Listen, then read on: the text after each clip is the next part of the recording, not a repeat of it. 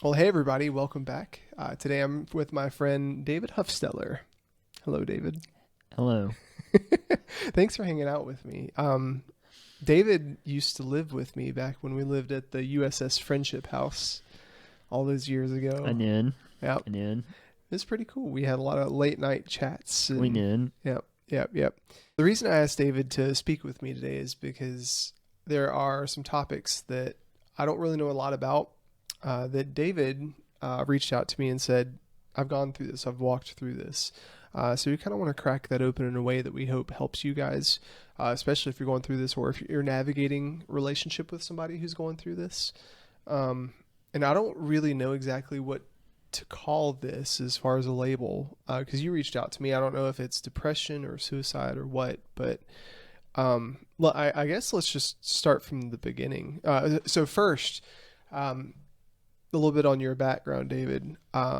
What's your profession? Are you a Christian? Like, what has influenced all this stuff moving around? Like, who are you exactly? What do you do? I would have to check my license for that. So yeah, I career-wise work in utilities for local city, water and wastewater type stuff. I've been doing that for years. Had a side interest in different appropriate technology type stuff, and took a kind of a career dive into, I guess, humanitarian and work abroad, which kind of ties into my story. But that's kind of career-wise. Christian-wise, I guess, or spirituality, I guess, per se. I was born up and raised up in a Methodist type background home, a little bit of Baptist. Spent some time there, made a what I would say a conversion kind of early on. When you say conversion, what do you mean?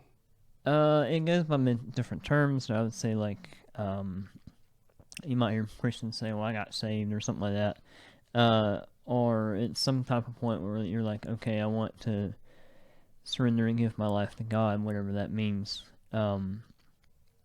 And so I would say at an early kind of age, I had some kind of sense of like, okay, this is what I want to do at fourth grade or whatever it was. Mm-hmm. And that kind of repeated itself and kind of still does sometimes. It's like, okay, what am I following God or not, or do I want to? And but I remember there was some kind of early age of like, okay, I want to pursue God in my life and do stuff for Him. And so that pursued through a handful of different cultures, if you will. And when I say cultures, I also include like teachings you might get. Like I spent some time in not a hardline Baptist, but somewhat Baptist kind of background. Spent some time around Methodists, and then went to more non-denominational type settings. So that's kind of the spirituality background a little bit. Gotcha. But for the most part, for your life, you've been a Christian. Yeah. Yeah. Okay. Cool. So you did some humanitarian stuff. You work for water conservation for the city, and you have a background as far as being a Jesus follower specifically. Pretty much. That's a short. That's a short story. Yeah. Okay. So that's the basis we want to establish. And guys, I want to suggest to you that if you don't relate to that, especially if you're not a Christian, which is okay, because we're not here trying to proselytize to you. Just give you a basis for his story, why he believes as he believes, and how things have happened. But let's dive into the thick of it, I guess, David. So when you were younger, and you kind of touched on this with me earlier, saying that there were like things that happened. What exactly was it? Because today's talk is, and I don't know exactly where you want to go with this, but when I reached out on Facebook, I was pursuing stories and just understanding on the world of depression and suicide. And when you reached out to me, it kind of shocked me because we lived together for about 2 years and we never talked about this. And I mean, you guys know me. I'm a really deep person. I pursue those things pretty frequently just because I love understanding. But yeah, when you reached out to me, I was like, wow, I never knew that. So I guess I kind of want to explore that if that's okay. Yeah, that'd be a great question. I guess where to start is more the question. Yeah. Well, what was it for you? Was it, and I don't want to put words in your mouth as far as like suicide and all that stuff, but the things that led up to the low point in your life, was it depression? Was it, relationships? How did that happen? Like, what was it in your childhood? Uh, I guess to start with, like the low level, I guess, or low spot where suicide was a serious thought.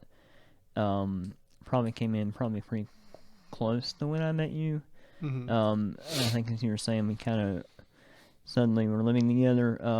That's part of that story a little bit. Hmm. Um, So was I a contributing factor, David? uh, you are not a contributing factor in any negative way. Uh, Other than maybe cosplay gave me a reason, but Oh no. to pursue on. No, um, where was I going? So you're saying that when we lived together, this was stuff that was going on in your head? For me, um, suicide was a thought that came as a point at that time in my life where I had um, thought I'd really screwed up with a lot of things. Um, and it was really down, kind of depressed moment. And in that moment, um, so the short backup of the story, if I can, is Hmm. somewhere 2013 ballpark or a little bit before. I had met a friend who was doing some humanitarian aid work in the Sahara Desert, um, and one of my side interests is kind of appropriate technology type stuff, and there'd always been this kind of sense of like, man, I'd love to go live with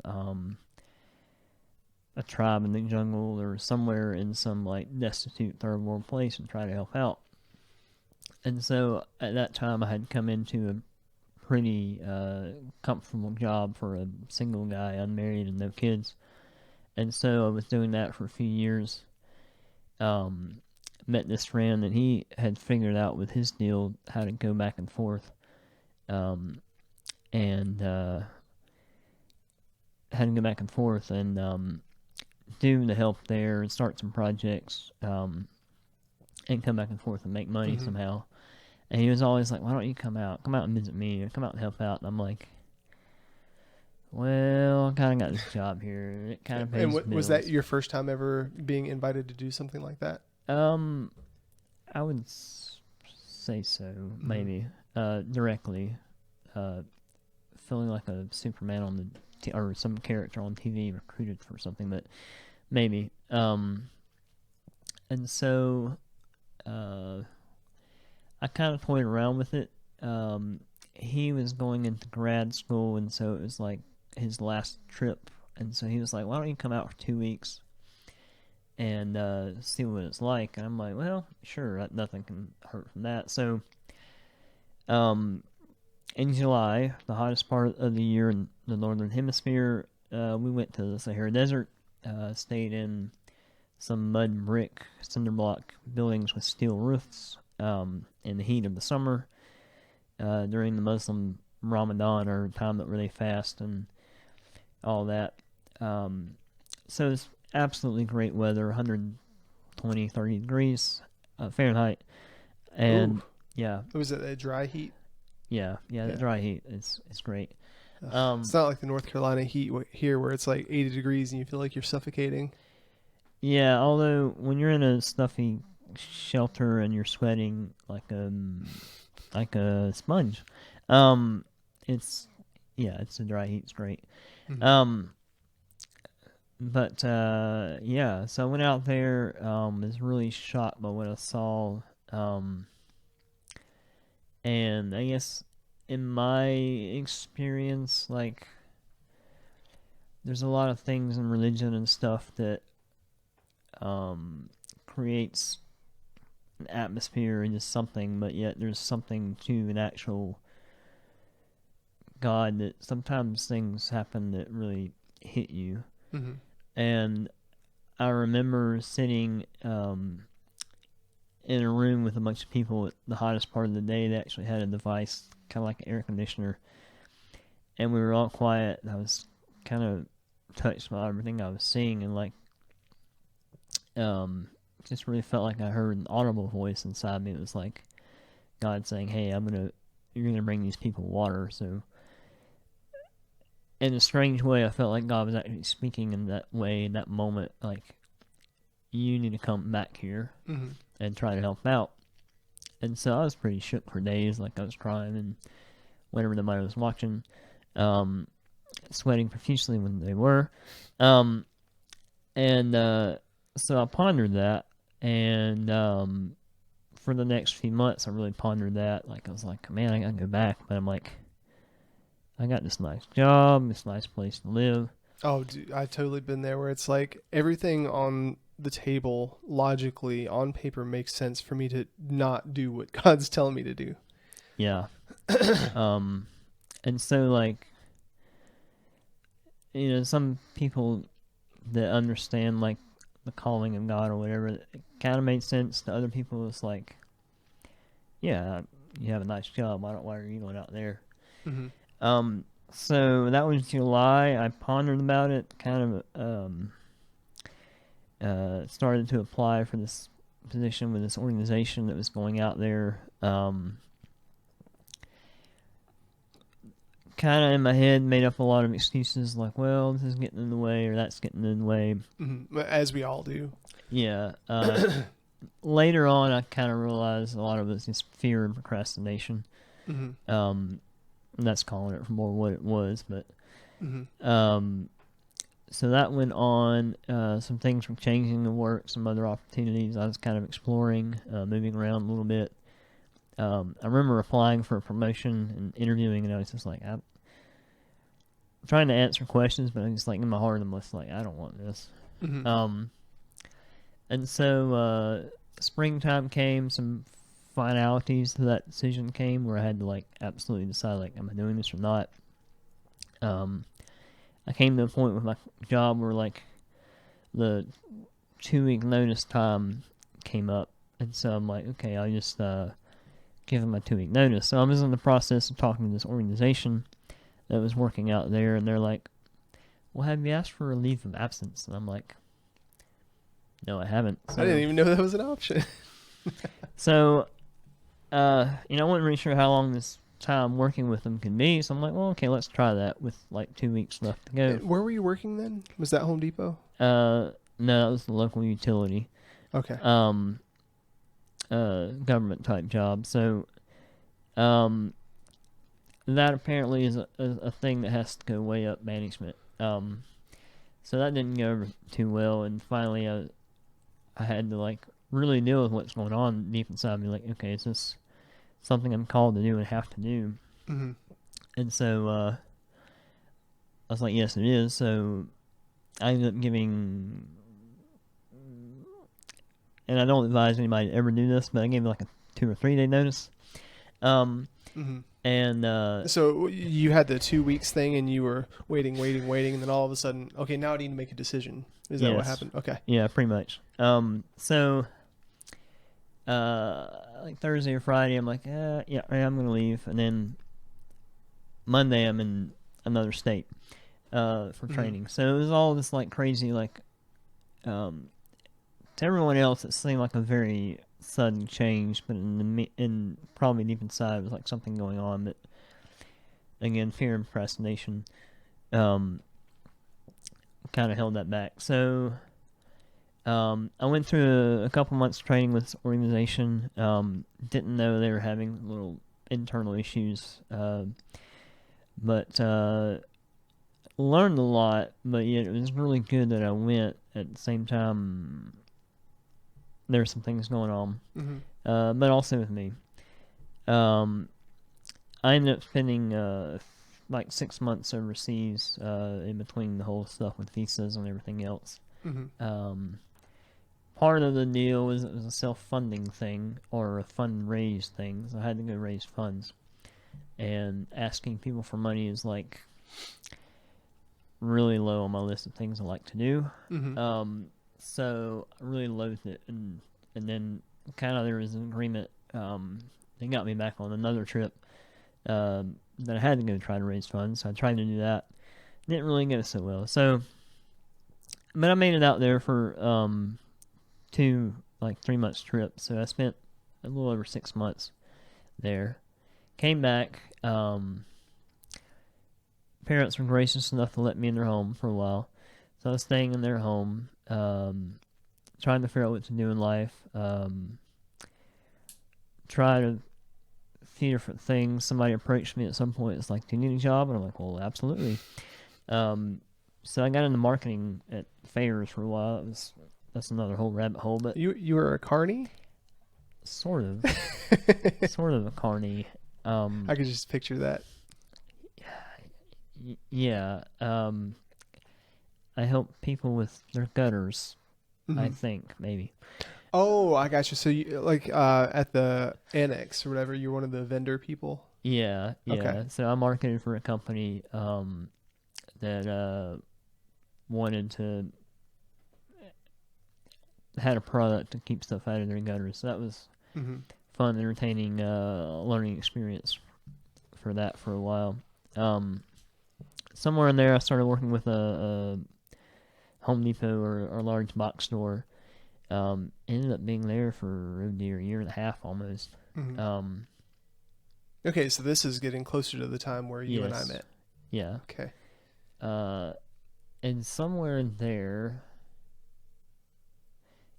somewhere in there, I remember there was this kind of culmination of like trying to figure out, okay, what am I gonna do? Because now I'm stuck in a position where all I'm doing is going up and down the halls and moving stuff around and not really being productive with my life, not really making enough money to live on my own, but yet kind of with the parents. They're great in many ways, but yet, as all people kind of know, living with the parents has its downsides. Yeah, Brandon just experienced this. So basically, you were in a situation where you worked for the city / government for a while. You felt God pull you towards doing stuff abroad.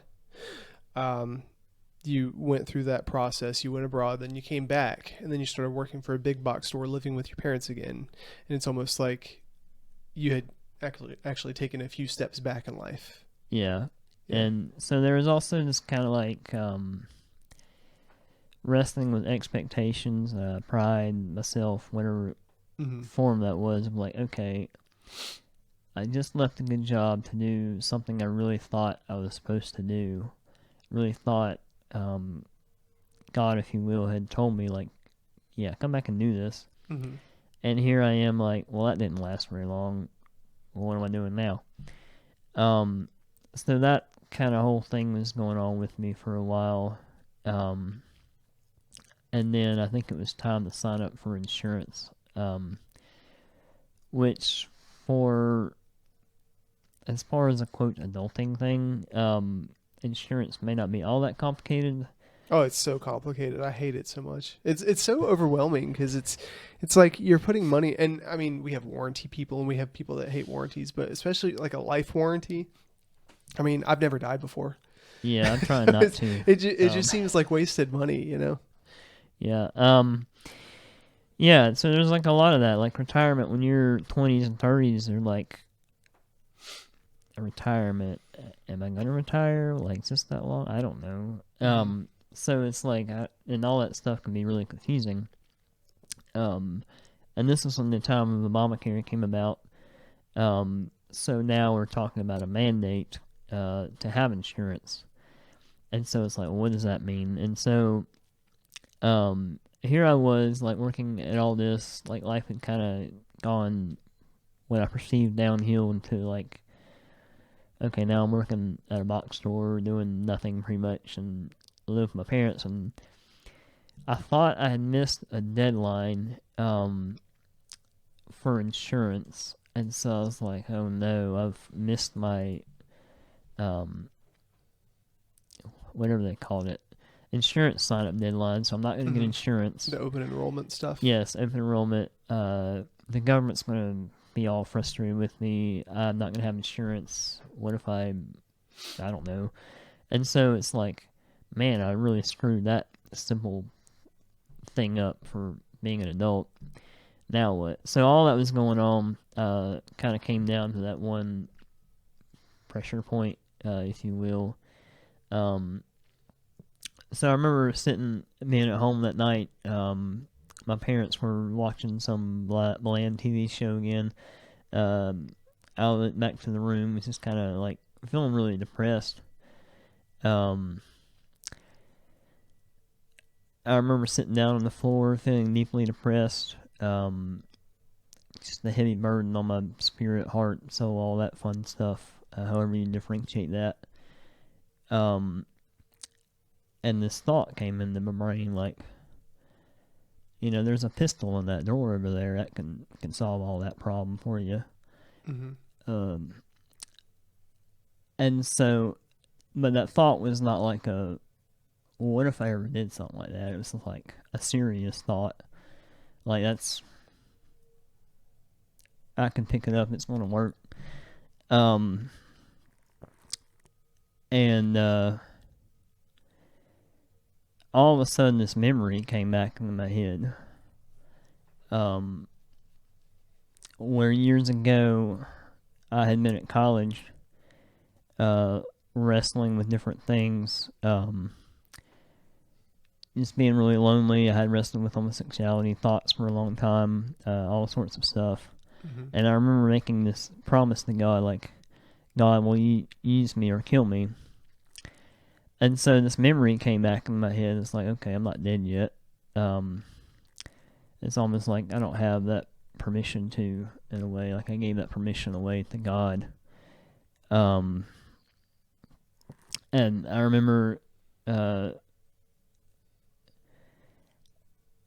it was a very feelable cloud around me. Not like a visible, but just like a feelable cloud of like oppression. And as that memory came in and I thought more about it, began to praise God a little bit, like I could feel it just pulling off. Hmm. Um, and I was like, whoa, what was that? Hmm. Um, and somewhere after that, like things started to turn around. I got determined to look for other areas of work. Amazingly, I got back on with the same employer, although in a different department, so I did have to kind of start over again. Um, but I ended up moving out. I think actually decided to move out before I had that job, if I remember correctly. Hmm. Live with you. And so there's a lot that like came out of that pressure point, or I guess if you will, Hmm. um, of the initial thought that came on that night. Yeah. I want to go back a little bit because you Mm-hmm. were talking about, well, just the idea that, oh, the pistol's in the drawer, I could just Mm-hmm. do, like, we all have invasive thoughts. Mm-hmm. What do you think is the difference between an invasive thought around things like that and an actual consideration? Um, that's a really good question. I mean, I have thoughts all the time. Like, I'll be walking with a friend, and it's like, I wonder what it'd be like if I pushed them out in front of traffic, or just like weave over and hit this person head on. I'm just like, okay, well, cause and effect. What would that be like? I'm just curious. But there's a difference between the curious state of that and the emotional state of I'm actually going to do this. yeah, I think it's progression of sorts. Mm-hmm. Looking at my life at the moment, like it was just a handful of like events that like didn't go so well. Um, Probably some mindsets and other habits like procrastination. and there's a lot that goes into procrastination. I'm still learning about. Is that like a fear issue, or like we kind of look at it for people like, is that a discipline issue? But like there's also like a fear that could be of success or could be a failure, all sorts of things. Mm-hmm. And so that would kind of tie into things I was learning about myself, or childhood issues and wounds and all that stuff. Mm-hmm. And that's a journey I think we all should be on. Uh, but yeah, I definitely think like that was more of a point of circumstances, Mm-hmm. choices I made, all kind of coming together to um, culminate at that point, and then that thought, whether it's just a random thought that we have in our brains, or whether you would attribute that to a spiritual force or not, was there. Mm-hmm. Um, and so, thankfully, the other thought or other spiritual force or God or however you would phrase that, came in and presented that other argument of like, well, hey, you promised me this. So yeah, I think it's, in my experience, I think getting there was a culmination of things like really hating myself, um, and that would go back even further in life of like um, resenting like who I am or how I was raised up, or like I was born with cleft palate or a handful of birth defects that occur in the mouth. So there's a whole lot of issues with that growing up, Mm-hmm. and really caring about myself that got into homosexual attraction, all that sort of stuff was trying to pull at me. So So basically, what you're saying is, in your eyes, the way you viewed yourself was like this area, and this area of mine are, I guess, uh, to a degree, defective, and mm-hmm. that makes me really unhappy. Yeah, Is that what you're essentially yeah, I saying? think so. And it came to a point where like, well, screwed that up. So Yeah. yeah, um, Do you think looking at that stuff, as far as saying, okay, well, this is present, this is present, this is present, how much of that do you think you took responsibility for? Like, I'm responsible for this, and how much of it do you think is, well, this is just how it is, and I don't like the way this is? um, I think at the time I wasn't really taking responsibility. Um, and that's even something in the last few years I've been consciously learning about, um, and seeing more inside me and also outside me. But like, because I really wrestle with this like whole thing of like, okay, God told me to be there. I'm pretty sure I was supposed to be there, but it didn't work out. Mm-hmm. So is that like, did God fail me? I think is a big question we might all have. I mean, I Mm-hmm. guess unless you just don't believe in him, and that's a fair thought. Um, but like, okay, did God fail me? Did God drop the ball on this? Is it my fault, his fault, or like what happened here? Mm-hmm. Um, and looking back, I see like a whole list of things that some of it was my responsibility. Like I procrastinated a lot, didn't think it through, that wasn't direct and fundraising or all this type of stuff. Mm-hmm.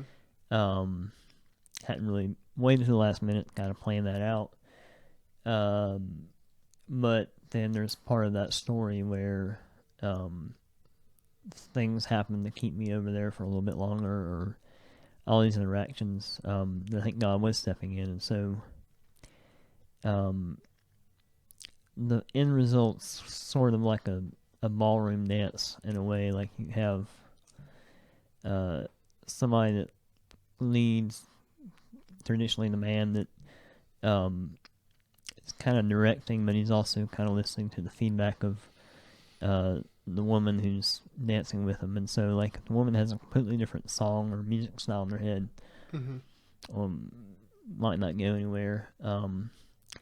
If um, if they're kind of new and learning or unsure, then you kind of learn how to fill that out and go with that. But if like she really knows how to dance and move, then it can become a beautiful thing. And so Um, that's kind of how I'm learning to look at relationships, both with people, but also like with God in a way. Is like, where was I in that moment? Like, was I insecure, not listening? Did I have a whole different song genre in my head? That's a really good analogy. And I forgot where we were going. But yeah, something like that. Hmm. Do you think?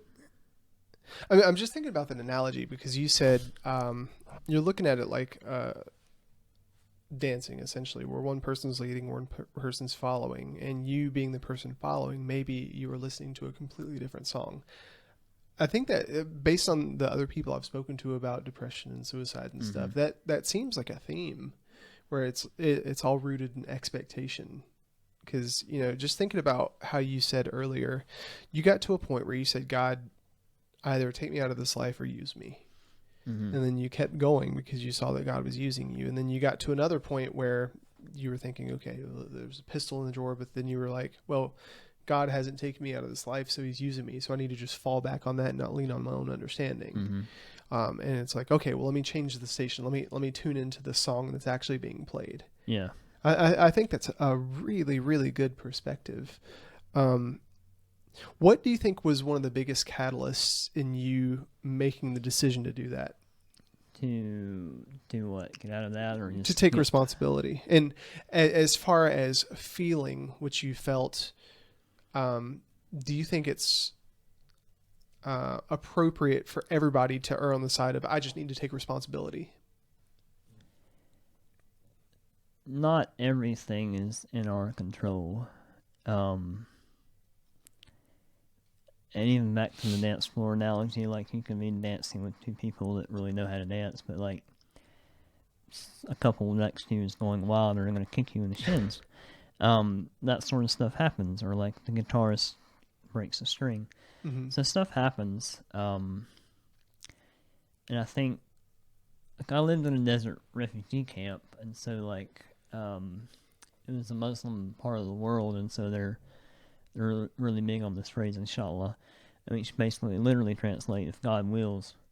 Um, which, yeah, there's a will, but there's also this like, okay, are we making sure the vehicle works? Are we just hoping we have enough gas in it or something Mm-hmm. like that? So there's like, There's like the practical side, and then there's the faith side. yeah, and so um, there's a strange like pressure, like, okay, how much do we like attribute to like, well, if God really wants it to happen, He'll do it. How Mm-hmm. much is our mindset of like, okay, let's prepare, whether that's making sure our vehicle has gas or whether it's making sure that we're learning the skill set we need or that kind of thing. Mm-hmm.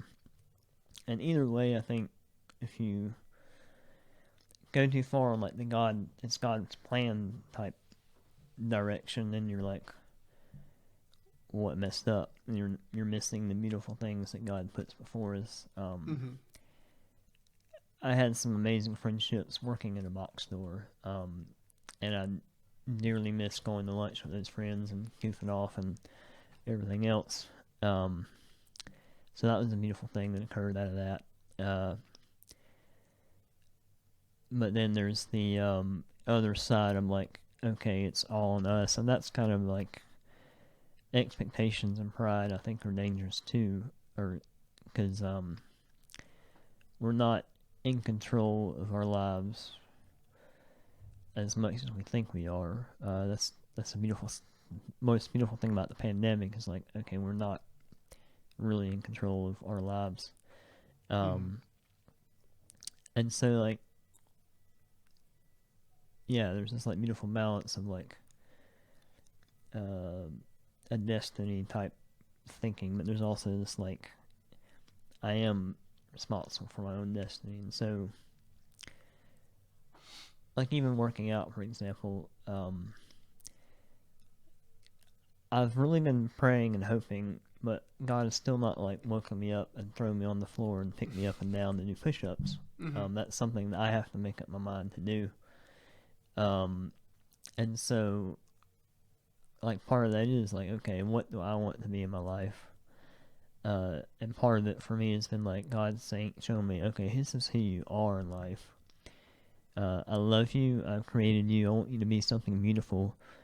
And I'm going to set your heart free in certain ways, but yet you have to get out there and do it. You have to do some of the work. You have to do the push-ups and the sit-ups and the other things that I can't keep track of names because I probably don't do them enough. But it's your responsibility, not somebody else. But He will meet us at that time where like that we definitely need to be set free or something if we pursue them, if that makes sense. Yeah. So going through all this, you mentioned that you were feeling some of this when we lived together, and you've been in Christian community at Awake for a while. How many people did you reach out to about all this, and what was it like navigating that as a Christian? Because there's this dogma that I'm sure a lot of you feel, and if you're not a Christian, there's also this dogma that a lot of you expect, where if you're a Christian, we shouldn't have problems. If you're a Christian, you shouldn't consider suicide. If God really is who He says He is, and if you really believe the way that you believe, you shouldn't feel that way. And so there's a lot of condemnation that can come alongside of that. What was that like for you as far as your Christian community trying to navigate this? What prevented you from communicating it? How'd you feel in groups knowing that this was going through your head? What was that like? If you're a Christian, you definitely have problems. But like, yeah, I think. I mean, at the same time, you're also a little bit. You have that opportunity. You are more ahead of the game in some ways, but in other ways, you're worse. So, at the time, I think I didn't really talk much about suicide for a long time, and I may have mentioned it to like a handful of people. Mm-hmm. But yeah, I probably hadn't really talked about it. But as far as like, because yeah, I definitely feel that dogma of like, okay, if I say something now, I'm labeled as a. You just don't have enough faith. That's right. You're not a good enough Christian, David, if you're having these thoughts. Not good. I am good. But yeah. So there's like this shame thing going on, and like for me, there was a small group that I was part of for a few years that met at somebody's house that helped me to learn not to be scared and of shameful and being able to talk about God stuff. And so, like, I was able to talk to them about homosexuality or being lonely and stuff like that because we got to a point through relationship that we were able to discuss those things and there wasn't this shaming or something. There's plenty of other wasted time with that too, but so there's kind of this process I went through as far as learning to be vulnerable, learning to get over myself and the fear of what other people thought about me. To get there, like there used to be a time where I would go to a small group. I would physically be there, but like kind of leave. But like now, I think for the process, unfortunately for me, it was a longer process. It's helped me come to this point where it's like, okay, if I go in there to that group and I don't share what's on my heart, and yes, you have to be careful about who's in the group because some people don't keep their mouth shut when they should, but that is at risk with vulnerability. And I had to come to that point where like, okay, if I don't walk into this group and really share what's on my heart, is it going to help me? Is it going to help anybody else? Or are you just wasting your time? You could be at home playing with turtles or something like that. And so, yeah, I definitely, now I feel like I'm been able to walk into a group and jump right in. And so there's it's been a long transition. I don't think it really has to be that long. It kind of depends, like, what do you want? What do you want to offer God? Like, do you want to ask God, hey, can you teach me this dance step, or do you just want to listen to that thing in the back of your head? Yeah. Dude, like, I can empathize with that because there was so long where I kind of lived a dual life. Mm-hmm. Like, when I was out there in the world, I was a different person because I wanted to be perceived a certain way. And when I jumped into the Christian world, you know, I think with my adult Christian life, I haven't dealt with it as much just because I decided, kind of like you did, I had an understanding with Jesus, like, all right, God, you've made me a specific way. You say that I shouldn't have to bear anything that's not you. I have an identity that I'm going to walk in, and I just have to be real about. I mean, I think there's a proverb that I read about that kind of changed my heart one day. But when I started just wearing my life on my sleeve, not my heart, but wearing my life on my sleeve and just being honest about where I'm at, it was so much easier to feel accepted, which was contrary to what the world taught me. You know, it's like if I wear my life on my sleeve and I'm just honest about what I'm really like and what I'm really struggling with, nobody's going to love me. But it's strange. Like, the more I opened up, the more people stepped into the circle of loving me properly. Or not, I don't want to say properly, but loving me in a way where I knew that it was genuine. Did you feel that too? I think so. Maybe I'm still seeing that, but yeah, it definitely. It's almost like it gives permission in the room a little bit, for other people to open up when you come in, like, whatever. So I had this going on. I'm not, don't have my dear wastewater terminology, fecalness together. But yeah, I don't have my fecal together, so you know it's okay. And if you do not know what fecal is, He's talking about poo. Yes. Poop. So yeah, I think it's okay not to have your fecal coliforms together in one place. Yeah. So it's looking back on all that stuff, because you know you came from a younger age of thinking, okay, well, I've got this, this, and this that I don't like about myself, and you've had a relationship with Jesus for a long time now. Then you got into some spaces where you know God was calling you to some place. You're like, okay, well, I'm gonna chance this, and it didn't come out the way that you expected. Then you came full circle, and it seemed like you took a few steps back. You started getting into depression. You considered suicide at one point. Now you're getting to the other side of it, where you're looking back and you're thinking, okay, well, look at where God's brought me, right? What is that like, looking back at all of it now? What kind of feelings do you get? Do you have more of a postured sense of confidence about it? Do you still feel some kind of way about it emotionally? What is that like? I think the more I've opened up about certain hurts and things in my life, the more I've felt more confident about it. I haven't really talked about suicide much. I've talked about it every now and then, but the more I talk about that, the more I'm like, okay, that was a part of my life. And I'm still here.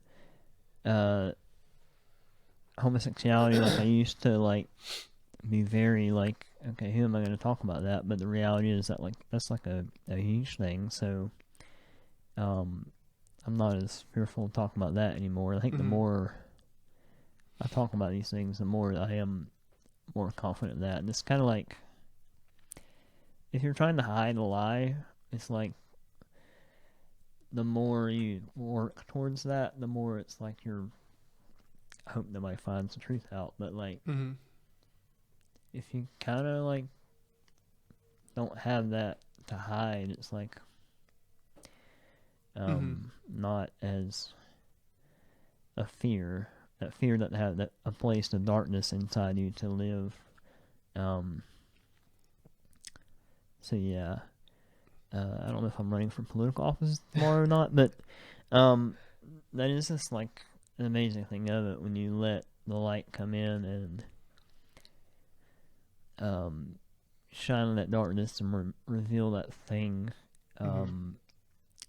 then there's you're not hiding it, so you don't have to be fearful of that.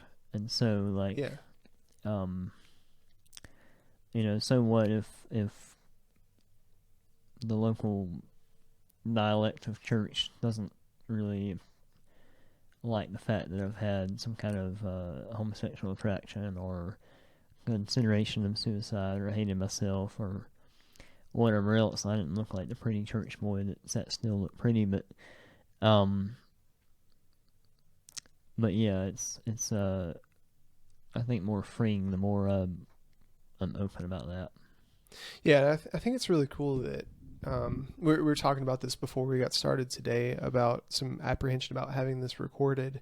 But then you said something really interesting about testimony, about how we're supposed to live by it, and how it and what I extrapolated from that is how it honors God. Because I know that's been that way for me too. Because for so long I didn't want to talk about my testimony, and just even now there are certain hot button words that are said that really tickle my insecurities, such as trailer or just things like that. But it's like going into a group of people, especially thinking I want to be accepted. I want to be seen for who I am. I want to be seen as somebody who has value in their eyes, and saying I deal with A, B, and C, or this was present in my life. There have been times where I've done that and people have just thrown me in the trash. Didn't want to be a part. But then I'm, just thinking about my wife, which, Ariane, we had some potlucks at our friend Zach's house. And one of the first things I said in that group sense was, I was just honest. Guys, coming in here today, and this was like the second or third time that I went to that group, I said, I got to be honest, guys. Like I deal with social anxiety. Like I'm really nervous to be here. And several months later, talking with Ariane, she was like, honestly, that was one of the highlighted points where I found out that I was attracted to you. She liked my honesty so much because she saw that I was willing to be vulnerable, which is strange because all my life I'd pined after girls trying to be something that I wasn't. And here I was bearing this one thing that I thought was going to disqualify me in a girl's eyes. But that was the very thing that gave her the inclination towards me. I just think it's so interesting. And with people too, like you said a second ago, when you tell your testimony and when you're honest about where you're at, without pulling punches, it kind of creates an environment in the room for other people to do the same. I just think it's really special that you're so willing to share these sides, especially stuff I've not heard. And, I'm shocked not at what you said, but just, I'm just, I've never heard it before. And I'm like, I'm so thankful that you're talking about it. Yeah. Well, I'm excited to listen to what happens to that. Because, like, even, like, homosexuality, she's like, the more I talk to people about it, the more they're like, yeah, I dealt with that too. I'm like, oh, okay. And, I think in culture, it's kind of like, okay, it's acceptable that you deal with it, or in a lot of Christian circles, unfortunately, it's been like, hush it, don't talk about that. Yeah.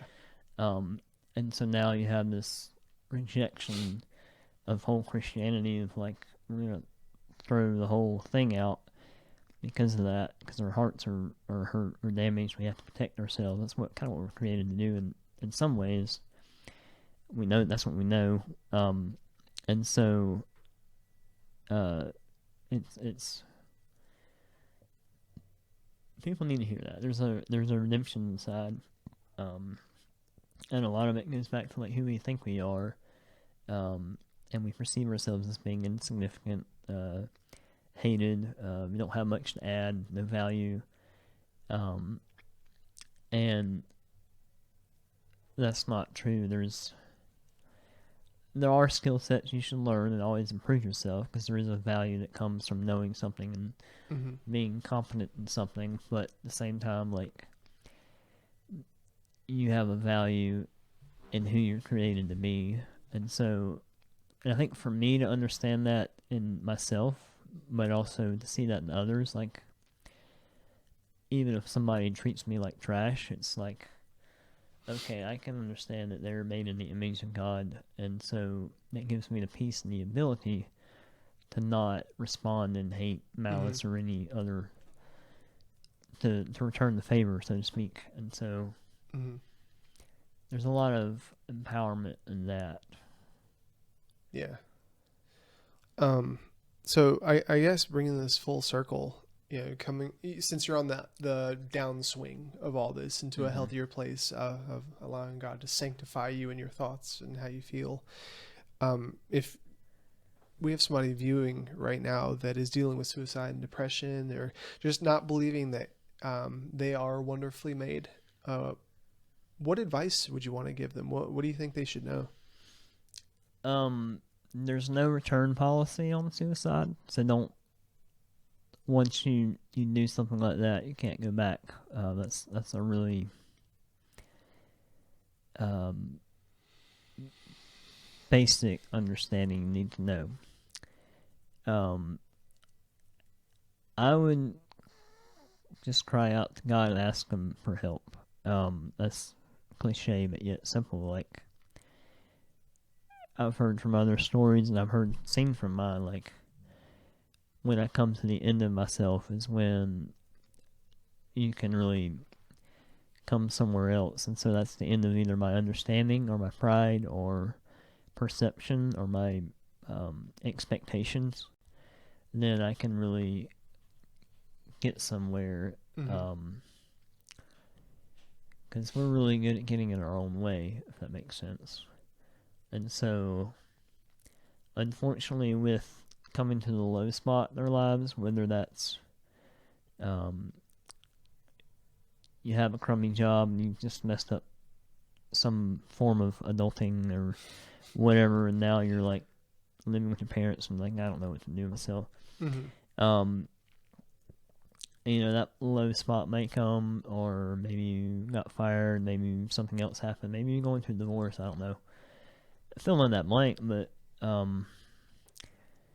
it upsets our perceptions of reality, and so rather than just canceling out everything in general, you have to think, okay, what can I cry out to God, or seek some that spirituality or whatever that is. I mean, I'm kind of cemented on God, Mm-hmm. um, but and that's my experience. Um, and then also like, okay, what can I do? What can I show up for myself? I'm gonna have to do push-ups. I'm gonna have to learn about careers, ask people questions. Every interaction with somebody is an interview or learning experience, and Mm-hmm. so that's an opportunity to learn and make yourself better. Mm-hmm. And maybe that door will open for the next phase of God has me to walk in. So there is kind of that little balance of like uh, ordained destiny and Mm-hmm. um, Personal responsibility. yes, personal responsibility. Yeah. So we talked about the part of what you think people going through it should know. What about if somebody's watching and they have a friend or it's just somebody in their life that is in this place? What would be your advice to them? How would you recommend them engaging that friend? Like what back then when we lived together, Right. if we had had an honest conversation and I said, "How can I help you?" What would you have told me?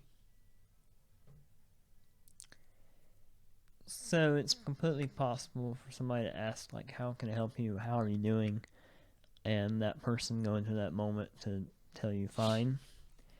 Um, and I might have done that. Probably did. Mm-hmm. Um, for me, I think the suicide thought was something that came and went. Mm-hmm.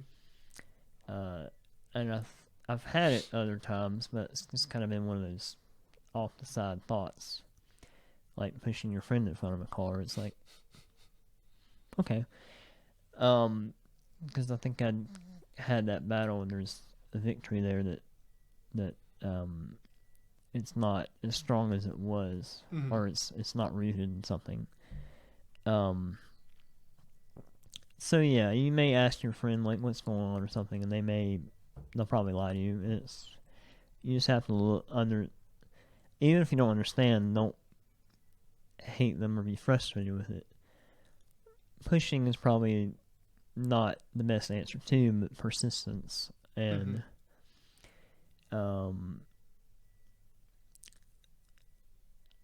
it's kind of like ballroom dancing. You know, I'm getting off on this, but yeah, like sometimes you try to do something with the partner and turn them a certain way, and they just don't get it. You know, you may have to ask somebody a handful of times, "How are you?" But be persistent in creating that relationship and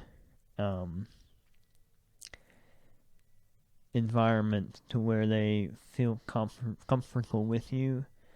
That you're not going to talk about them inappropriately to other people. Mm-hmm. Some things you have to, because especially if you're talking about life and death situations, like there's sometimes you got to tell somebody. But yeah, creating an environment or relationship that allows them to confide in you. Mm-hmm. And I'm probably inconclusive on what that means, but the more you seek what that means, I think you're going to find something. But Yeah, I think when it comes to anybody that's hurting and anybody who's not living in the role that was predestined for them, I think creating an environment of invitation is really important, because I know personally, like I've never been suicidal, but I know I've had bouts of depression going through life, not like chemical imbalances, but just areas where I just felt sorry for myself or bad about myself or just sad about the situation. And there are so many people, especially Christians, who will tell you, just wake up, just get over it. You have the joy of the Lord. You know, come on. That's not how we're supposed to live. And while that's true, there are scriptures that say that we're supposed to rejoice with those who rejoice and mourn with those who mourn. So creating a space where you're inviting somebody into a higher space, or you're inviting somebody to be open, is really important. Sometimes you have to do that over and over and over and over. But once you establish that, for instance, it's kind of like driving down the store, and every time you drive past this convenience store that has a big sign that says ice cream, you might drive past it 20 times and not be in the mood for ice cream. But you'll drive past it one time and it's like, I really want ice cream right now. I know where to get it. I think being that store with the open invitation instead of pushing is so important. That gives people the opportunity to choose. And if you think about our relationship with God, when he put us in the garden, he gave us the opportunity to choose. He gave us the tree of knowledge of good and evil and the tree of life. And he said, you get to choose. And if God gives us the ability to choose, why would we take that away from somebody and say, you need to get over this right now? yeah, that's a good picture too. Like there was a choice in the garden, and we still have that choice. Yeah. Yeah. Well, David, thanks so much for being honest. I really do appreciate it, especially as a friend. We hope this helps you in some way, I guess, or helps somebody that you know, or I don't know. We're just living by our own testimonies, guys. We don't really have a lot that we're expecting of you aside from just engaging with what we said and David's testimony with an open heart and open hands. And if you're going through that, I just want to communicate to you that it's okay. You don't have to change right now. There is time. Just don't give up. That's all. Just don't give up, because you are worth the time. You are worth the patience. You're worth not giving up on. Anyways, guys, thanks for hanging out with us. If this video has helped you, please share it with somebody. Share it with somebody that, just needs some encouraging words or may relate to David's story. But thanks for hanging out, David. Yeah. All right, guys, we'll see you later. We love you. Ciao.